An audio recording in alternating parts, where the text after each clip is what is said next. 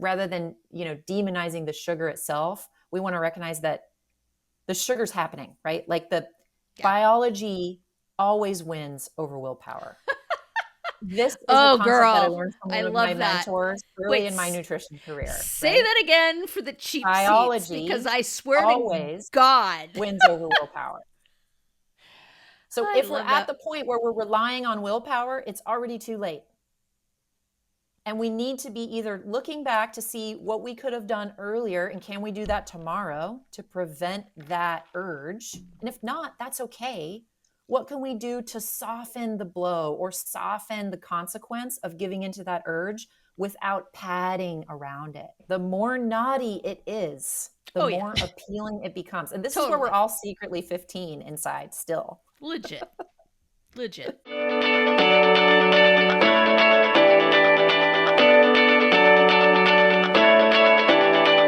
Welcome to Drinks with the Girls. Conversations for women over 40 around connection, change, and the power of female friendship.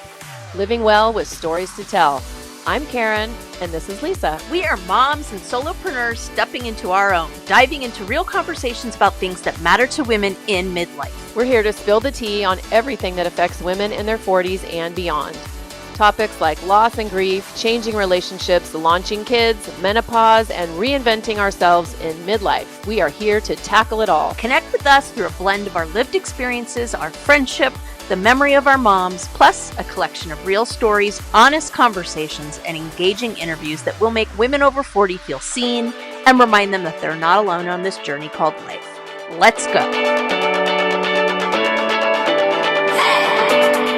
Welcome back to another episode of Drinks with the Girls. I am so excited about this episode. We are going to dive into a topic that we have never even touched on. So this will be new for me, new for you, new for all of us. We are going to unpack how ADHD affects hormones and energy in women and how we can nourish our brains and actually make peace with food again. So if you've ever thought, why can't I just get it together when it comes to food? This episode is for you. And let me just tell you, I've thought that exact sentence. So this episode is for me. And the truth is, we're not lazy, thank goodness. We're not unmotivated. There's nothing wrong with us. Our brain just might work a little differently. So our guest, Caroline Hinchliff, is a nutrition and wellness coach and the creator of the ADHD Nutrition and Wellness Program for Women. She helps women with ADHD finally stop fighting their bodies and start feeding their brains. And this is exciting for me because I am 57 years old and I didn't even know that I had ADD, ADHD until a couple of years ago. And it's self-diagnosed, by the way, which I think a lot of us are. But so much of what Caroline talks about speaks to me, and I think it's going to speak to you, our listeners, as well. But before we dive in, we need to talk about what we're drinking. And I am drinking something I have never had before. It is a Vernaccia Nera sparkling wine. Fancy. And when I pour it, I know, right? So fancy. I don't even know where we got it. It was just in our little wine fridge. And I thought, okay, let's see what this is. I thought it was going to be like a champagne, but it's a red. It's a red sparkling wine. Yes. Oh, so, need to try. Yeah. How is it? Is fancy, it good? Fancy. Yes, it is good, actually. Mm-hmm. Delightful. Yeah. So Lisa, before we introduce Caroline, what are you drinking? So... This is a story that I will make brief. So started out with my beloved hop water, peach hop water, which I love. And then after the shit hit the fan on my day and I was texting Karen going, I'll be a little late. Like, hang on, everything's going horribly wrong. I realized this was not going to cut it tonight. So I, for the first time, I'm very excited, not the least of which is because it's 10.5% alcohol in volume. It's a Craftwell cocktail, pineapple margarita, continuing the wine in a can theme. But I am really excited. I have not tried it. I'm going to do it now. Oh my God, that's good. Margarita in a can. I know. All I need is like a slushy machine and I am freaking good to go. Boy, that was a good choice on my part. Yay. Bravo. Okay, I'm happy. I'm double Good fisting job. and I'm happy. Yay. Good job with the upgrade. Okay, so I'm Caroline. I'm so happy to be here. Thank you both, Karen and Lisa, for having me. I have to be pretty careful with alcohol as well as caffeine in the evening. So I'm drinking some herbal peach tea. I'm drinking it out of my big dumb cup, which I have with me all day, every day. And earlier in the day, it's usually a caffeinated beverage, but this time in the evening, it's something a little more soothing. There's no shame in that because that's probably actually what I should be drinking. And I'm in that I don't care mode. So it's all good. Set the example. I was just going to say, we take our vessels also very seriously. Like whatever we're drinking, it could be coffee, it could be tea, it could be something else. But the vessels that it's in, we take very seriously. So I love that you showed your vessel and took a little sip. We got to add that to the merch wish list. For sure. There you go. Yes. Drinks with the girls, dumb big cup. Well, that's just what I call it. I saw that on TikTok or some social feed, like people calling the Stanley mugs the dumb big cup, and I just had to adopt it. Okay, I thought that was like the name of the brand. Like no, it's just like the colloquial name, but it's so perfect. Dumb big cup. I like it. Dumb big. And then I thought you were saying dump it cup, and I'm like, what's gonna be in this? Okay, like we're just dumping everything in there. So clearly I was wrong, and then I was wrong, and now I'm wrong, so it's fine. No, sometimes the morning after it is the dump it cup if there's something I didn't finish from the day before. So it's all of the above. I feel that. So Caroline, let's start with your story. So what inspired you to create a nutrition and wellness program specifically for women with ADHD? Okay. So, I think my story goes back way before I even knew that I had ADHD. And I think this is really important to talk about because so many women can relate. Okay. So I'm in my early 40s. I was in my teens in the 90s. And I developed an eating disorder when I was 15 years old. And I struggled with that on and off from the time I was 15 until I was 30.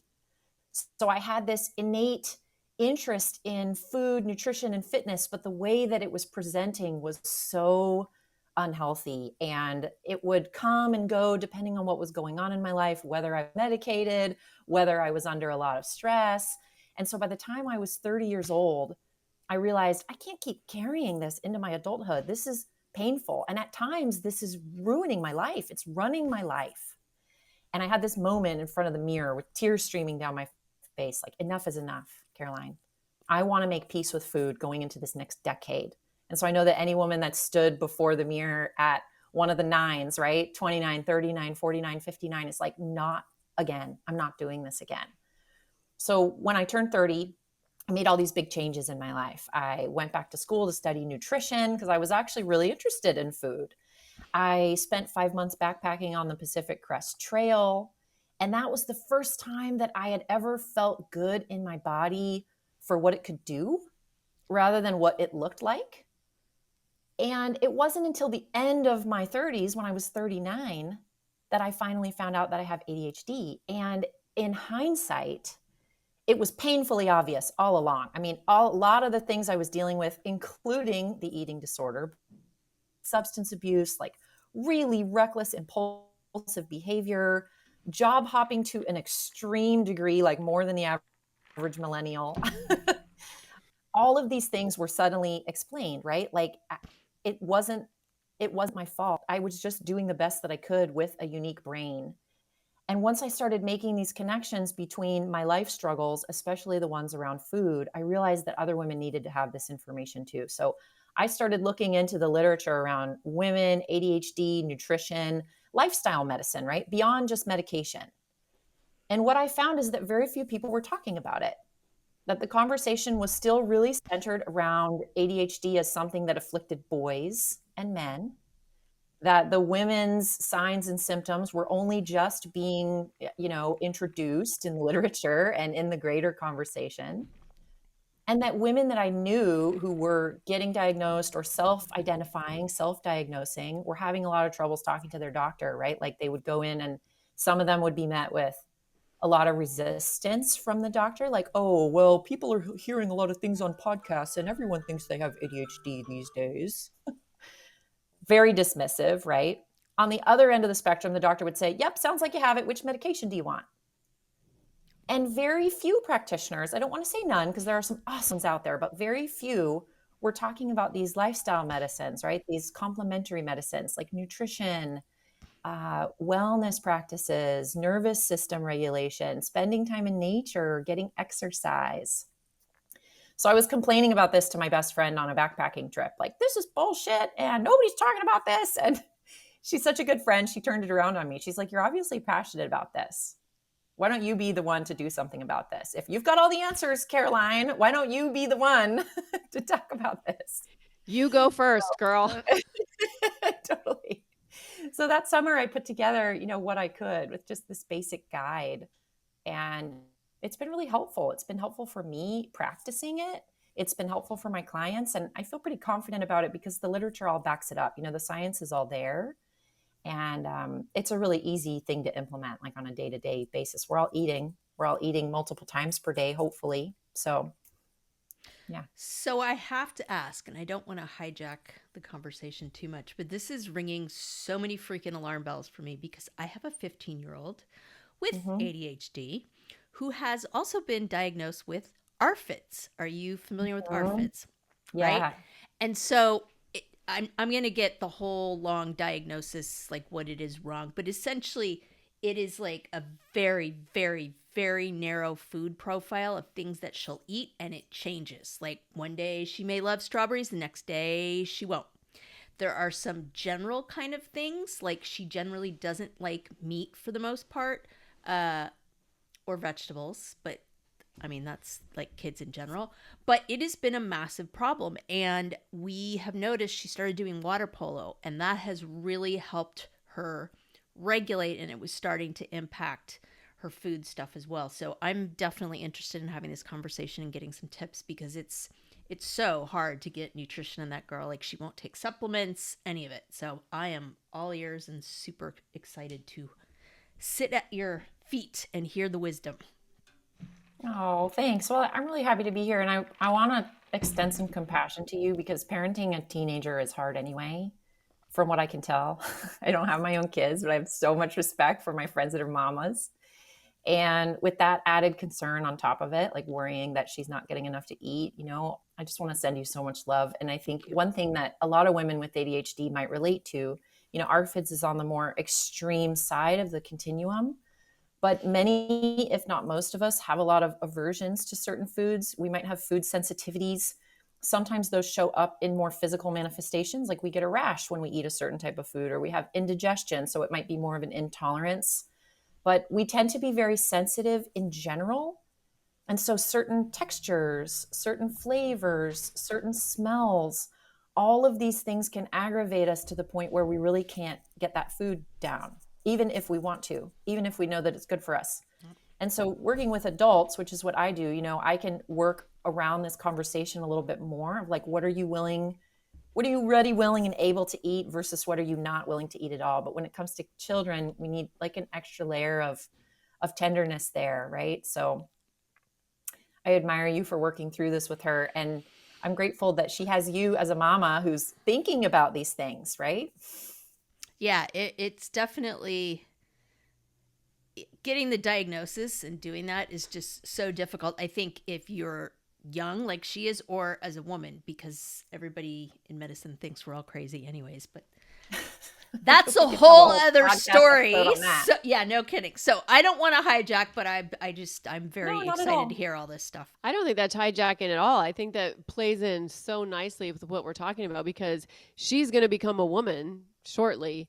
And the things that she's struggling now is going to transfer with her as she becomes an adult woman trying to navigate, how do I feed myself? How do I nourish my brain? How do I keep my energy up? How do I manage my hormones as a woman with, this diagnosis? So I think this is important. And, this is something, like I said earlier, we haven't touched on in this podcast.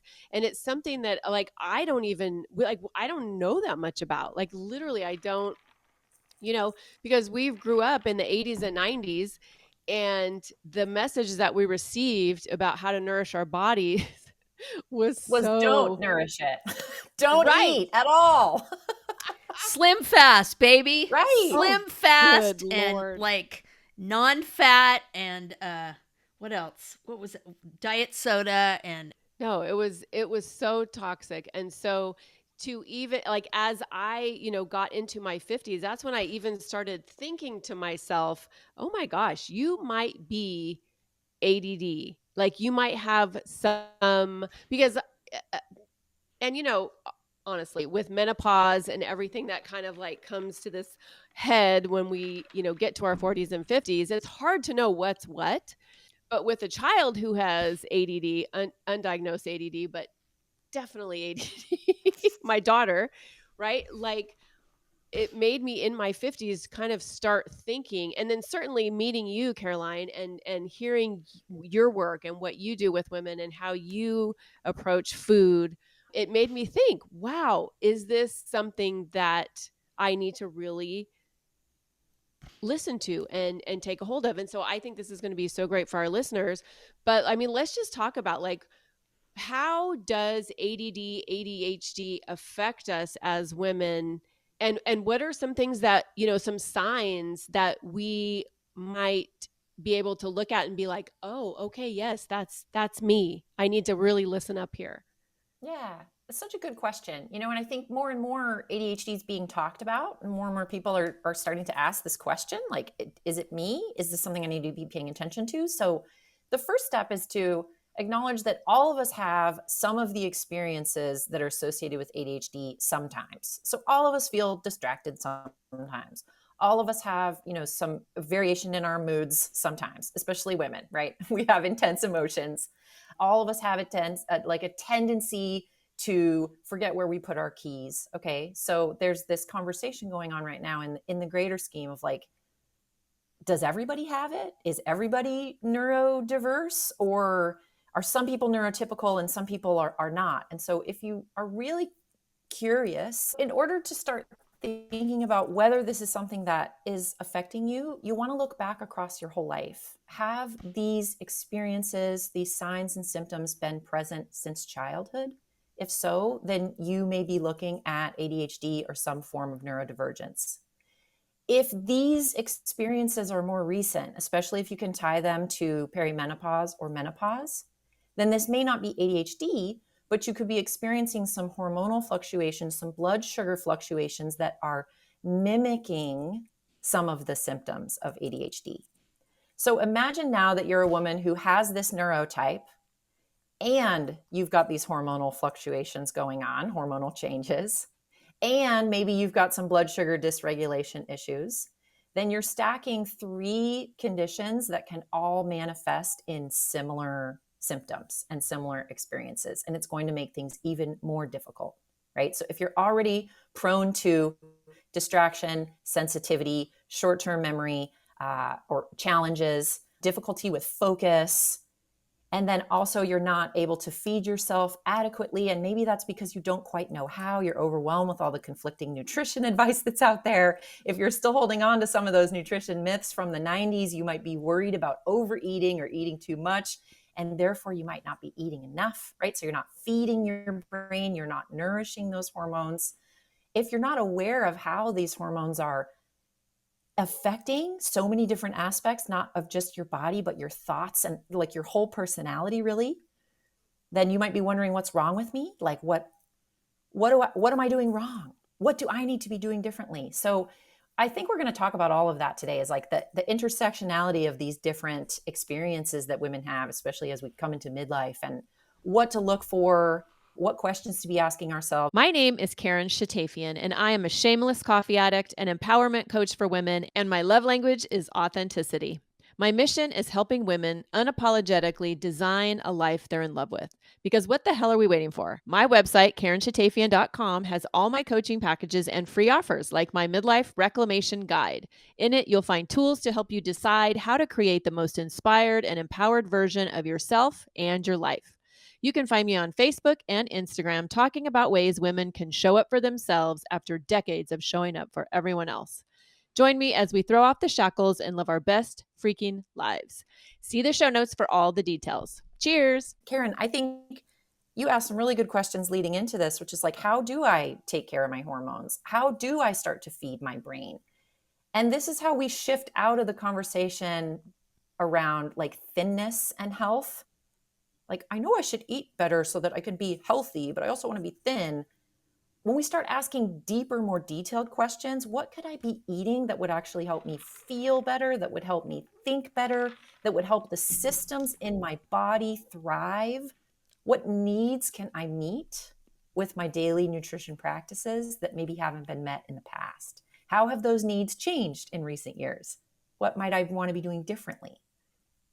See, I love the flexibility that you're approaching this with, because I will tell you, and I'm not going to get into the whole story of my daughter's various diagnoses, but we did look at a nutritionist and getting her some support. And I tell you what, that woman was the most judgmental person I have ever met. And it was like, she has to do this, she shouldn't do this. If she doesn't do this, then there's no point, and da da da da. And what's, why won't you, blah, blah, blah, blah. And I was like, wow, this is not going to work at all. And, I mean, we could do a whole other podcast on neurodivergency and how that, affects the kind of healthcare that you get, never mind even being a woman.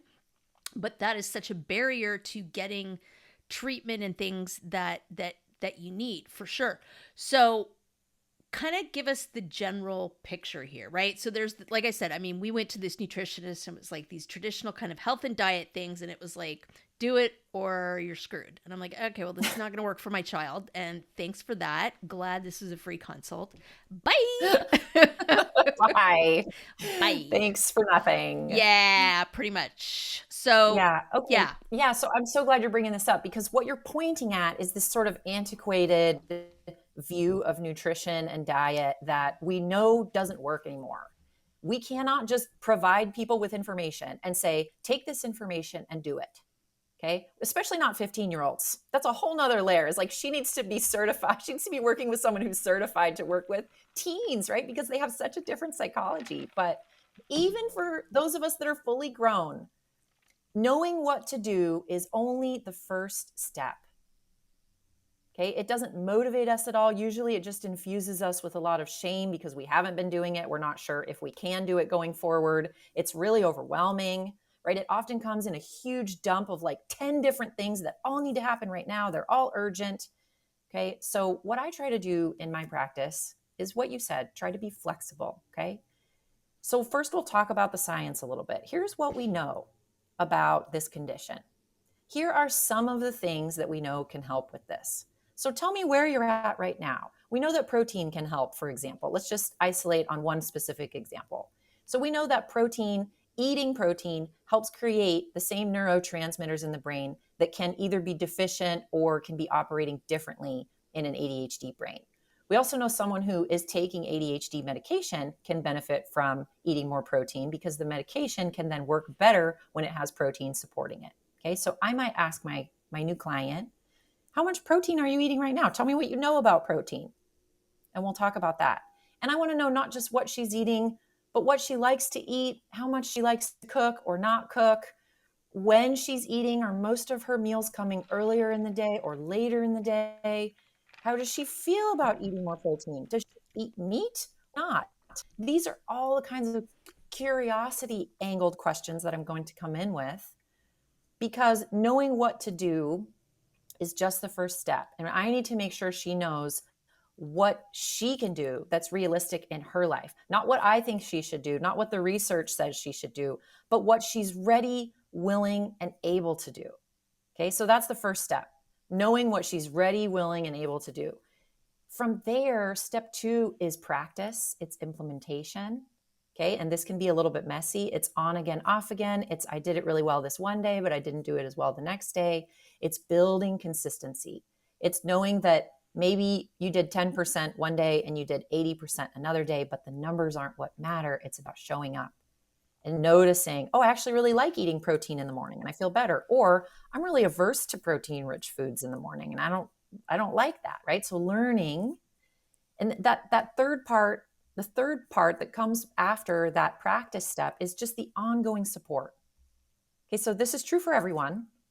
This is why most diets don't work. We read a diet book or we start a program and it tells us exactly what to do. It gives us all the instructions, and then it's like, good luck on your own. We don't have a chance for feedback and bouncing back and forth with the expert who wrote the diet plan. Like, well, this isn't really working for me, or what do I need to know about this, right? We don't have that experimentation phase, and we don't have the ongoing support so that when we fall off the wagon, so to speak, we have someone there going, I see what you did well, and it's worth continuing. And it's okay that it wasn't perfect. And can I just interject right here? Because I think that piece right there, what you just brought up, is the most important piece. Yep. Because we can know all the things in our brain. We can know what we need to do. We can have all the food in our refrigerator. We get, but it's that support and the community and the people that are in the trenches with you to say, it's okay. You like you said, you maybe you did 20% one day, you did 80% one day, but it's either way is okay, because you are retraining your habit. You are retraining yourself how to feed yourself for you to feel good and for you to function in life at your optimum level. And that's not easy, especially when you were raised with shit habits and shit, toxic messages about what it means to be healthy, quote unquote, or look a certain way or whatever. So I think that piece that you're talking about is so, so important, the community and the support. And I don't want to underplay the individuality piece either. There really is no such thing as a perfect diet. Not even for one person. There's no such thing as a perfect Lisa diet, because Lisa, you are ever changing. Your environment is ever changing. Your body changes throughout the course of your life, right? For women who are still cycling monthly, their body has different needs throughout the month, right? So this idea that we could just find one way of eating and just follow that is a falsity. We have to build in a lot of room for experimentation and play, noticing how we feel. Most of us want a little bit of flexibility in our lives too, to go out to dinner, to go to the friend's birthday party, to not have a super rigid plan that we have to follow, that we kind of want to follow the basics. Like, we know we need to be getting enough of these certain things, and we know we don't want to be getting too much of these other things. But if we're anywhere in that sort of middle gray area, that's the place that I want to focus on with my clients, is releasing the all or nothing mentality, the on again, off again, the right or wrong, because there isn't even a right or wrong. There's only a today. I ask that I can, and I'm noticing how I feel, and I'm making micro adjustments as I learn more about my body. What are the most common challenges that you see with women who have ADHD in terms of their eating and food and being healthy and nourishing themselves? Yeah. Okay. We've already talked about a couple of them. So one would be that all or nothing mentality. And this doesn't just apply to food. It's something about the way that our brains are wired. We have a tendency to want to go all in on something. And this can actually be really exciting, and this can actually be really fun. And if you've ever felt this way about a new program or a new project, you know what I'm talking about. This can apply to diets and exercise plans as well, where we truly believe in the beginning that we can do this thing 110% for the next 90 days. We're so excited, right? And then the day that we miss it, that we fall off a little bit, that we only do 80% instead of 100, or the day that we drink a bunch of beers and eat a whole pizza, then we're like, fuck it. Oh, I'm done. I never was going to be able to do this anyway. And so we have a tendency to think that we're either all in or it's not worth it at all.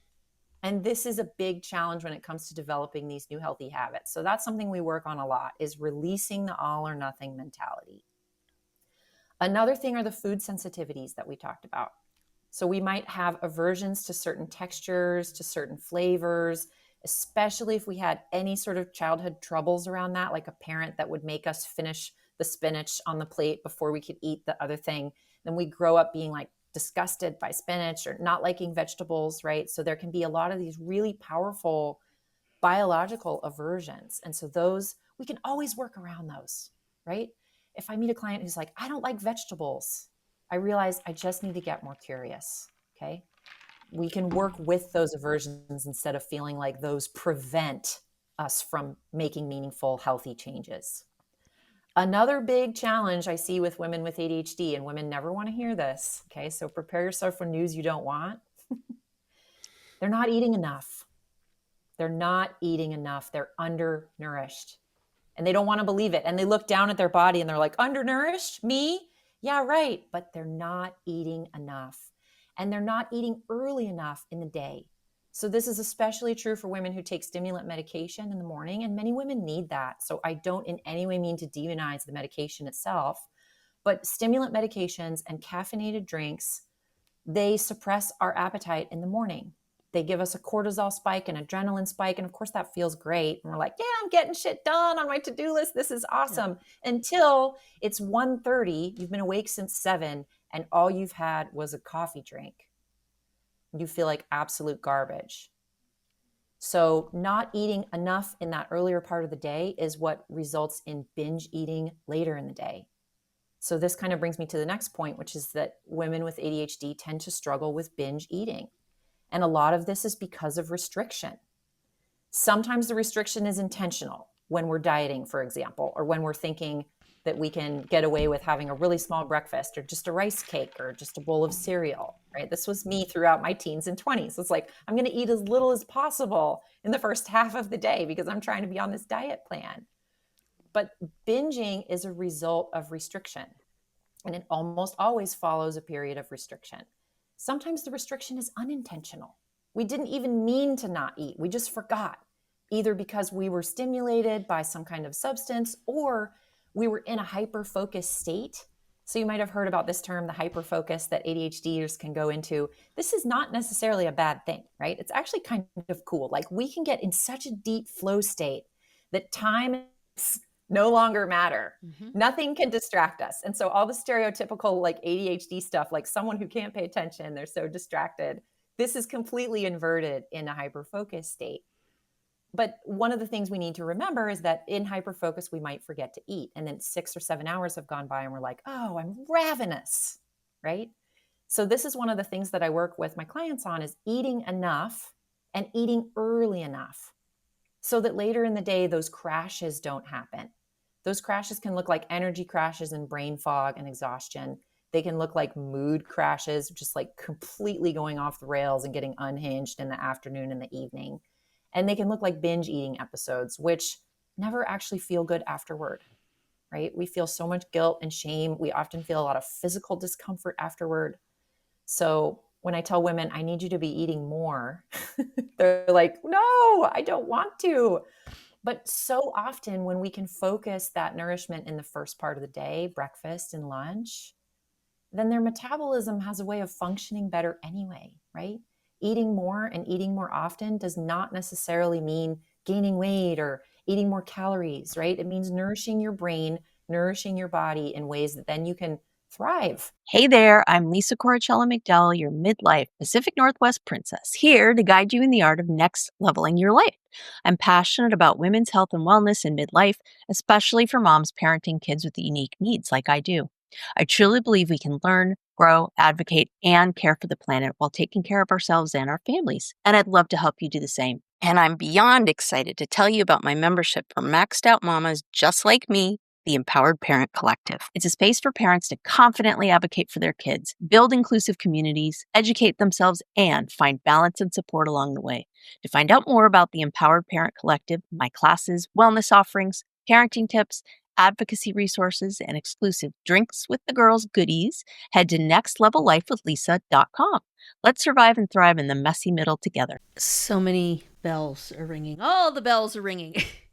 Yeah, and I mean, one of the things that we try to do with my daughter is like come hell or high water, get her to do some kind of protein in the morning, something with protein, because I just feel like that sets her up with the most long-term success that she can have. But I loved so many things about what you're talking about, but one of the things that occurred to me when you were talking about that was like the dopamine piece, right? Mm-hmm. Because she is the kid that will binge sugar like there's no tomorrow. Like we can't even have it in the house because it's so bad.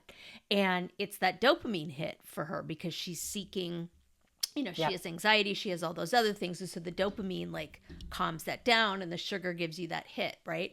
So I know there's all sorts of things that have been written about dopamine and cortisol and all those things. And I feel like it's so great that as a society, we're finally looking at those things, because I feel like nutrition in general was a really kind of regimented, judgy, this way or the highway kind of thing. And I just love the way that you're approaching this in terms of like, the sense I get from you is it's my job to figure out the best way to help this person given the things that work the best for her. Like I love that, because that's not how people approach it.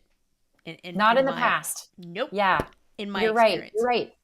And what I love to see is that there really is a big sea change happening. And I'm looking at the generations underneath us of women and girls now. And I'm so grateful that they're getting different messaging around food and their bodies. And we're starting to see this catch on in the greater nutrition realm, right? Like, we can't be so militant about it because it doesn't work. It doesn't actually help people make changes, right? So we have to be more flexible. We have to see the whole person, and we have to work with what's there. We have to meet her where she is and give her rewards along the way. So what you're talking about, with dopamine and that reward seeking behavior, that's so common. And that's common among ADHDers and non-ADHDers, right? And a lot of it is the society that we live in right now. It's like everything is urgent. Everything is stressful. We're constantly getting these surges of cortisol and adrenaline. We're constantly trying to regulate, give ourselves those feel-good chemicals, the dopamine as well as the serotonin, right? We're just overstimulated all of the time, okay? ADHDers can also be a little bit understimulated, like they're just bored, right? They look around, nothing in that environment is exciting to them. They're in a classroom or they're at a cubicle or they're just somewhere where nothing's really doing it for them. And so they reach for something that's like a quick version of those chemicals. So one of the things I do with my clients is we work to stop demonizing sugar, and we start to think about additive strategies. So if she's reaching for sugar at 2 p.m., that means that she's obviously in need of something, right? Is there anything that we can do earlier in the day that's going to prevent her from that crash and burn feeling where she's like, I need candy, right? I need that latte. If we've already been working on a hearty breakfast and a really nourishing lunch and she's still reaching that point in the afternoon, then we're like, okay, what can we build in around the sugar? Can you have the cup of coffee, but can you have it with some protein? Like you're talking about with your daughter, right? Can you have the candy, but can you also pair it with something that's going to slow the release of the sugar into your bloodstream? It's almost like rather than, demonizing the sugar itself, we want to recognize that the sugar's happening, right? Like the biology always wins over willpower. This is a concept that I learned from one of my mentors early in my nutrition career. Say that again for the cheap seats, because I swear always to God wins over willpower. So if we're at the point where we're relying on willpower, it's already too late. And we need to be either looking back to see what we could have done earlier, and can we do that tomorrow to prevent that urge? And if not, that's okay.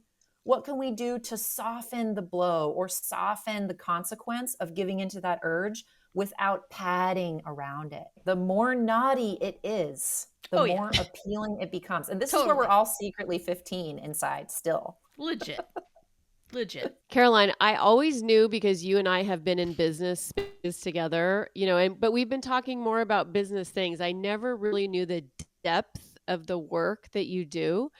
And I'm so just blown away, because all I can think about is how we as women have been talked to, about health and diets and whatever. And it's always the one size fits all program. It's all, and by the way, there's no distinction between men and women. Nope. It's what's good for men. Okay. That's what you're going to do too. And I feel like it's not until lately that we've been realizing and that we've been talking about women and men are different, right? Right. Shocker. Men. Right. Right.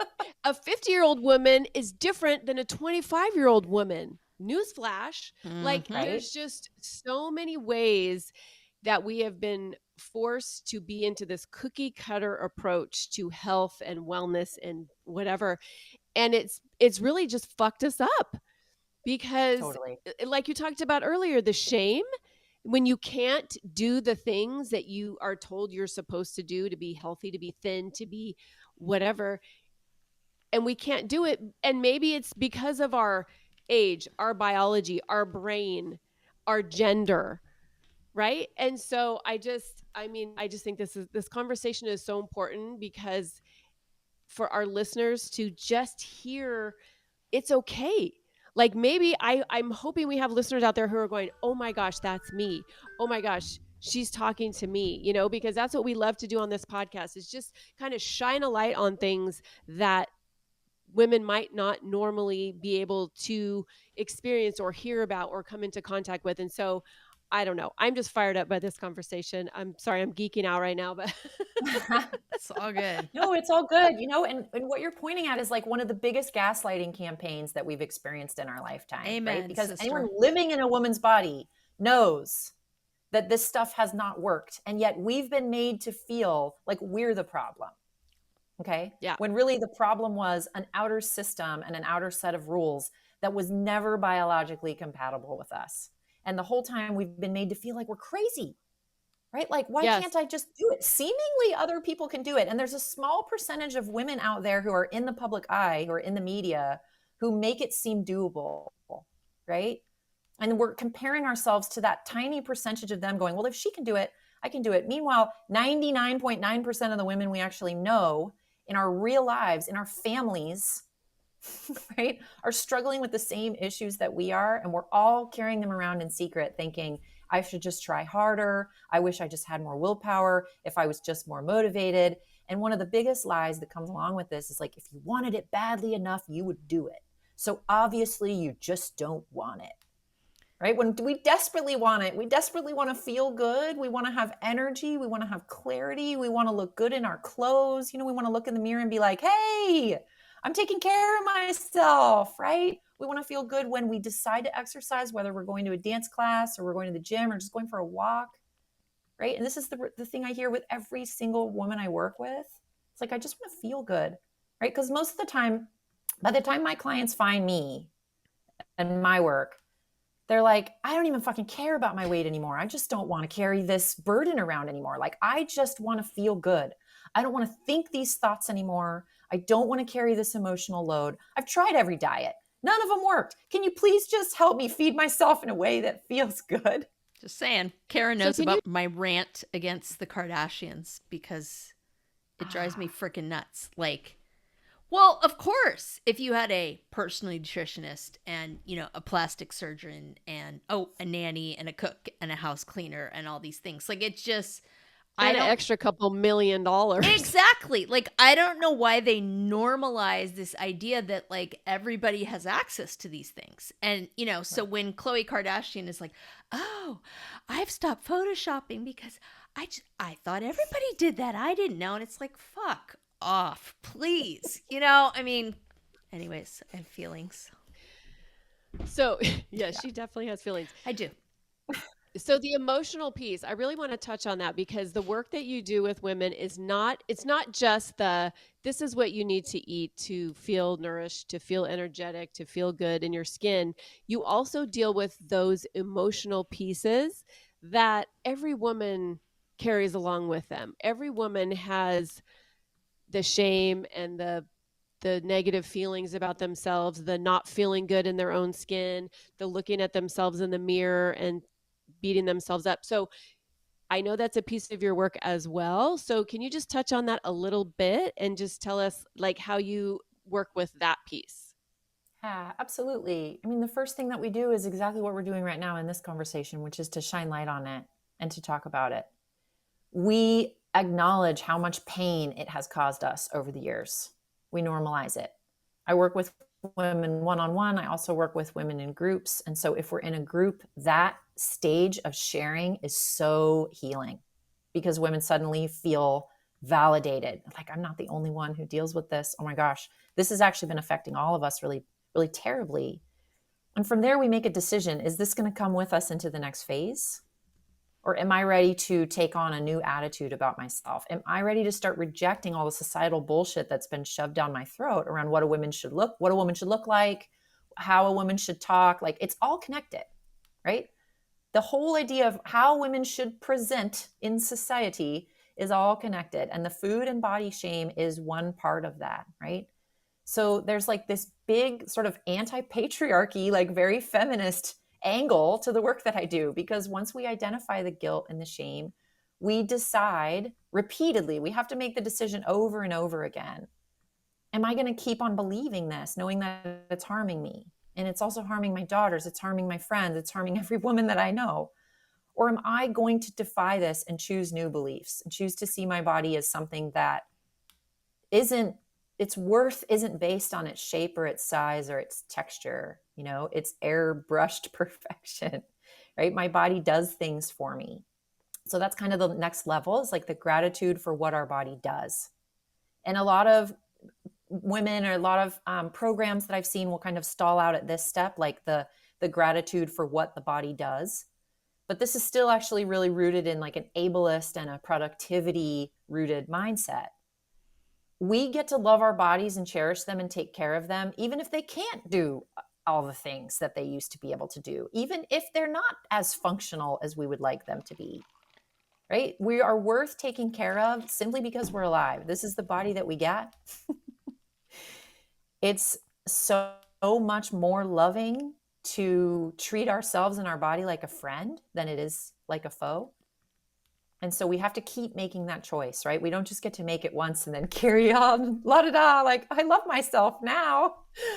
It's a repeated decision that we make over and over again in the face of adversity, when those confidence challenges come up. And there's things that will trigger us. You know, there might be a certain family member who says shitty things to us that make us feel the way we've felt since we were 13 years old. There might be some image that we see in the media that triggers us, right? And so it's the work of a lifetime, right? It does get easier. And I can say, after practicing this for, what would I say, maybe the last 12 years, is when I started being like, fuck that noise. I want to love myself. And it gets easier, but it doesn't fully ever go away. I still have my own challenges with confidence and with those voices that come in. I have to say, I had I always go yearly, at least once a year, with my college girlfriends. We go on a trip somewhere. And this past year, we were in Monterey, California, great trip.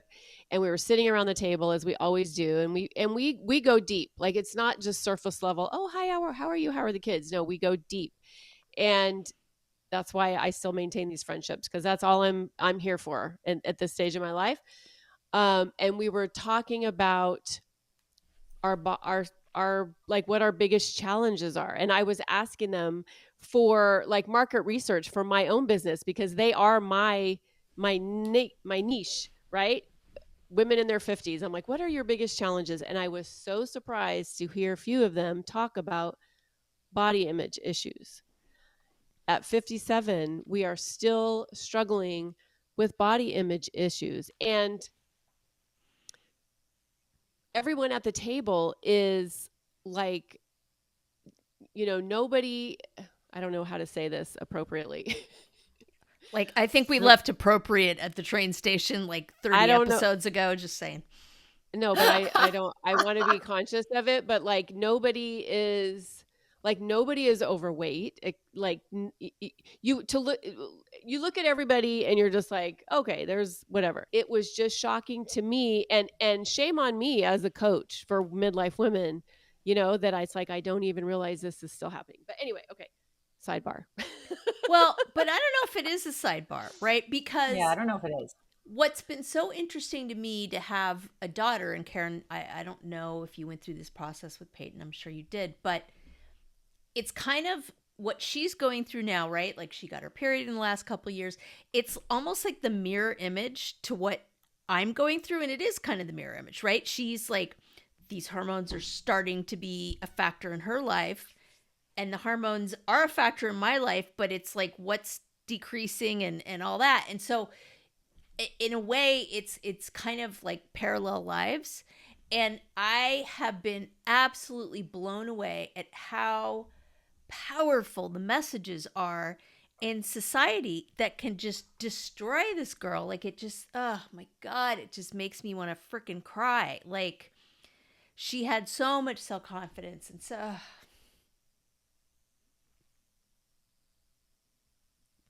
She and this had is why this so work is much. so important.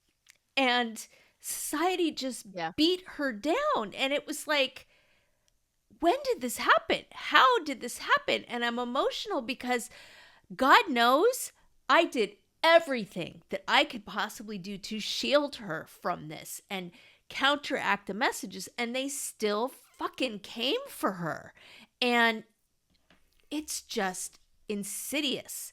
And I'm saying this because that's how powerful it is, right? This 15-year-old, beautiful, wonderful, confident child is affected by this. And this beautiful group of 57-year-old women that Karen is with is affected by this. And it doesn't matter what your background is, how you've lived your life, what that looks like. It all comes for us. Okay, quick pause. Have we talked about the Pod Squad lately? Oh, the Pod Squad. You mean our email list /VIP lounge /digital wine club? Exactly. So listeners, if you're not on it yet, you're basically making life harder for yourself when it comes to podcasts. Like trying to scroll for show notes while speed walking on a treadmill. Wait, what was that link again? Oh, no. Grab the side rails. Or pulling up that book we mentioned while you're in the Starbucks line and then realizing everybody else moved up 3 cars and now you're that woman. We've all been there. That's why we made the Pod Squad. You'll get new episode alerts every week with direct links. Easy to listen, easy to share. And show notes straight to your inbox. So when we drop a life-changing product, book, hot tip, or yummy new drink, you're not rummaging through your memory like a woman searching for her reading glasses when they're on top of her head. It's organized, it's helpful, it's for you, babes. So join the Pod Squad. The link is in the show notes. Just tap it. Snacks, sarcasm, solidarity. And obviously, fighting the patriarchy. We write at dawn. God, it's awful. Like, I just want to freaking take a flame. The way you say that, it all comes for us. Like, that fucking gives me chills, right? Because right? It is so spot on. It comes for us, and it makes me really sad. Like, that's a powerful, and it's like you feel defeated. It's like, well, how do you because as well as a parent of a daughter, it's like, you do the best you can to shield them from the bullshit, and it's still true. And so it's like, well, what the fuck can we do then? We hire Caroline. Well, we're doing it, right? This is why this work is important and why it's not just my work. This work belongs to all of us. We have these conversations. We call this shit out for what it is. We talk about this with all of the different other women in our lives. We let the young people start to see that that's not the truth. It's a lie that has permeated all of these different arenas. And what a convenient one too, right? Because the more that women believe it, the smaller they keep themselves, literally and figuratively. And the more our capitalist society gets to profit off of our insecurities and the belief that we are less than if we are not thin and young and wrinkle-free and tiny and childlike. Even the ones who are still affected by this. They still feel like they're not good enough. Yep. For sure. The ones who we would look at and think she's perfect. And I feel like, and we have a smoking hot, coal burning, fiery episode coming on the patriarchy because we feel like we really have to dive into that and what that is. But I do think that that piece of society, the patriarchy, feeds on this idea of we want to make sure that women are diametrically opposed to each other. We want to make sure that they're competing, that they feel like one is better than the other because God forbid they should all get on the same fucking page. We're screwed if that happens, right? And Karen and I, this podcast is so many things to us, but one of this is a fast freaking throbbing middle finger to that idea and trying to build community, because to me that is like when you talk about what can we do, Karen, that is the fucking antidote, is right there, is us having these conversations, us in community, me showing my daughter that she's not alone, me showing my daughter that there's other things and other resources that she can have. And I feel like everything that hides in the darkness is what makes us weak, and we bring all this shit out into the light. That's what makes us strong. I mean, talk about uniting women together. That New York Times article on how women, did women fuck up the workforce? Oh, I'm sorry. I mean, that's bringing women together. It's like, fuck right off. Mm-hmm. We'll show you how we fucked up the workforce. Let's just dip out for a second and see how y'all function. I haven't read that article, and I've been hearing about it on social media, and I need to you got to send it to me, because I'm like, oh, anything that's pissing my sisters off this much, I need to read that. Dudes, they had to change the title 3 times. 3 times they had to change it to try it, because they knew, this isn't going to go over well. So then they tried to change it 3 times, and none of them. Anyway, I digress. But yes, the patriarchy episode, I can't wait for that. So I just have to say, there's a big connection here too between, patriarchy and capitalism and the ADHD experience, right? Because those intertwined forces of patriarchy and capitalism, which in this country is like, they really are, they're breeding off of each other, right? They're intimately intertwined. Being neurodivergent and doing things differently and not showing up every day and acting like a robot and doing the same things 52 weeks a year and just being this robot, right? This is one way that it really challenges the status quo. And it's one of the reasons that the women I work with feel like there's something wrong with them. Mm-hmm. They've always been different. They've always been weird. And so even beyond food, even beyond nutrition and health, we're dealing with this deep-seated belief that like there's something wrong, right? Mm-hmm. And we should be acting more neurotypical. We should be acting more normal, because we live in this society that wants us to act like men and also wants men to act like robots. Right. And none of us are robots, and women aren't men. And so this is another reason to keep on thinking about like nourishing our bodies in this revolutionary way, like taking care of each other, forming these female friendships, forming these female communities, and completely rebelling against what we've been told health looks like, what health should include, and being like, well, what actually feels good for us? What if we feed ourselves really well? What if we get a lot of rest? What if we engage in the hobbies and interests that we're truly passionate about, And I get that we all have to work and we do have to exist in this world. And I hope I don't sound too utopian, but I think every conversation we have like this matters. It's all feeding the revolution. I love this podcast 100%. So freaking much because like here we are, right? We're like pretty much to the like we'll close and leave you with like the takeaways kind of phase of this podcast. And not fucking once have we mentioned kale, low-fat cottage cheese, or cleansing, right?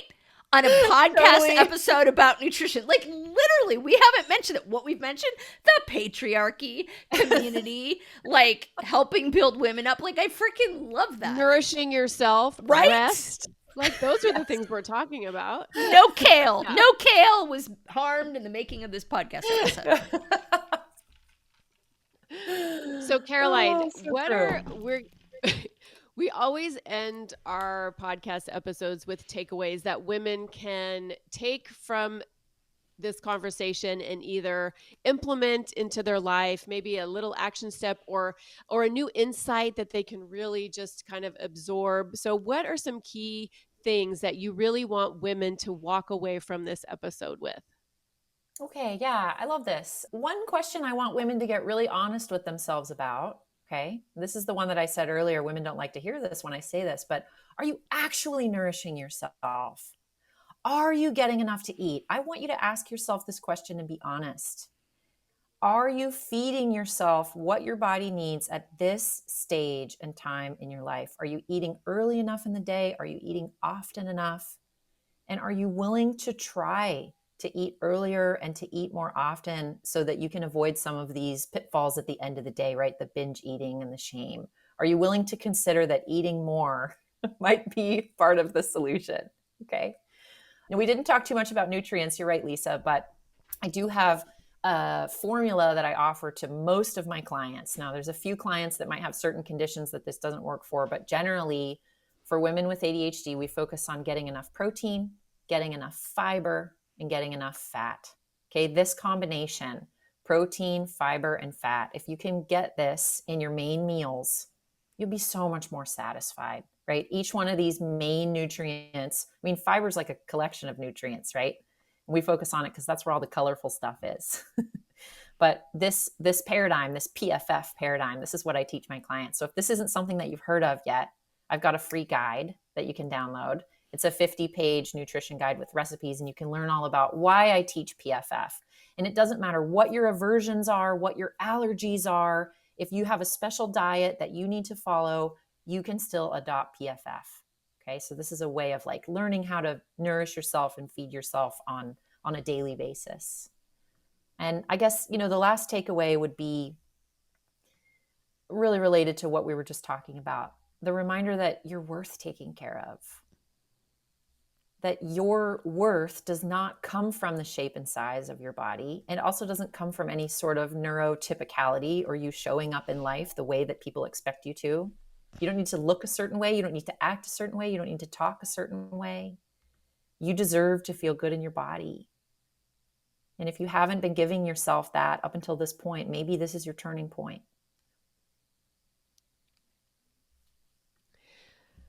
Okay, I got chills. I'm so sorry. How can women work with you if they are like thinking, oh my gosh, this woman is, what she's saying is speaking to me and I need to figure out how to work with her? Please let us know. What do you have for our listeners, whether they're the freebies? Okay, and is your guide, by the way, I've seen this 50-page guide. It is freaking beautiful. It is amazing. Thank you.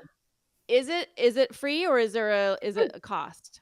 Yeah, it's free. So it's a 50-page guide. I made it beautiful on purpose. I wanted it to give you a little bit of dopamine while you're looking at it. I wanted it to get you excited about food and like, look at all these wonderful pictures of the different things that you could be thinking about in terms of nourishment, right? Your food at home that you prep doesn't have to look like that. It could just look like a pile of beans or whatever. But I want you, when you're looking through the guide, to start feeling good about food. So it's completely free. It's an introduction to everything that I teach my clients.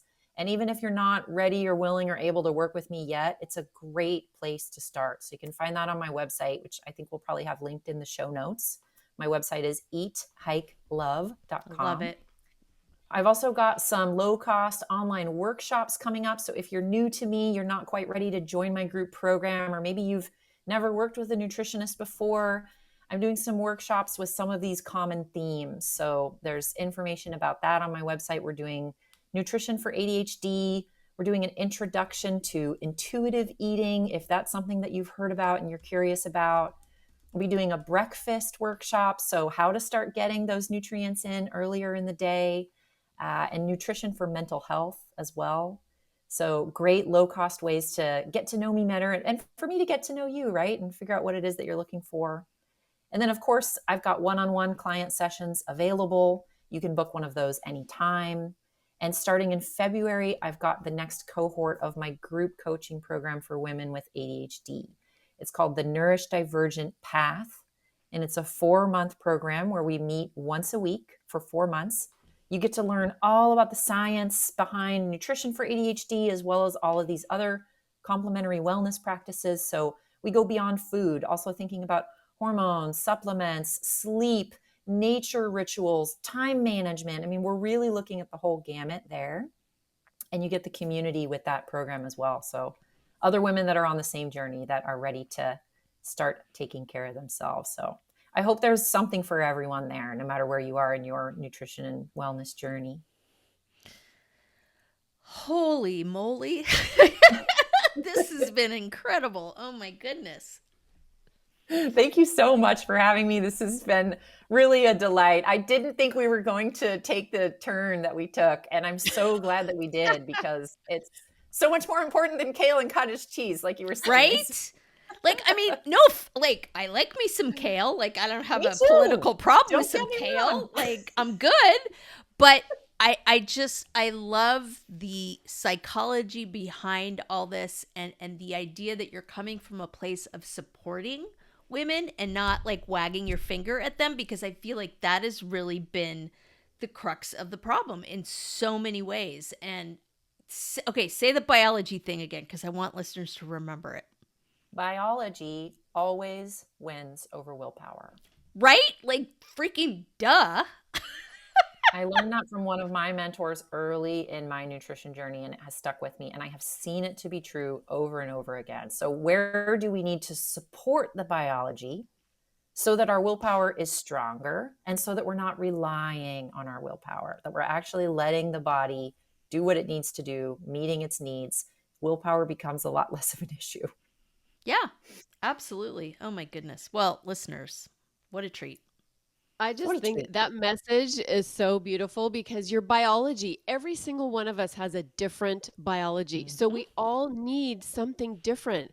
And I think for our listeners to be able to step back, whether or not they have ADHD, but to just step back and say, wow, well, I don't necessarily have ADHD, but this is how my biology is different. And this is how, the traditional way that I've been trying to nourish my body just isn't working for me. I think this has shown such a light for women on just that we're all different and it's okay. And there's no shame in not being able to do what men are expected to do or a 25-year-old is expected to do. And so, Caroline, thank you so much for coming onto this podcast and letting us know about the wonderful work that you do. Listeners, take her up on her free offer, please. It's a just go look at it. Go to her website and just look at it. Even if you don't get it, it's fucking beautiful. You'll get the dopamine rush from just looking at it. Just from looking at it.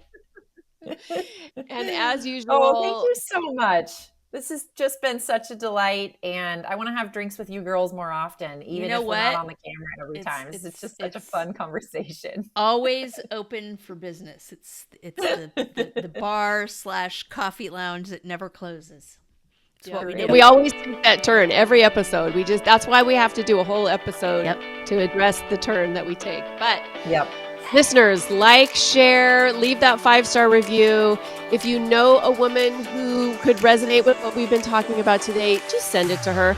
Get on the Pod Squad because it makes it really easy to just send you can just send it right to her email.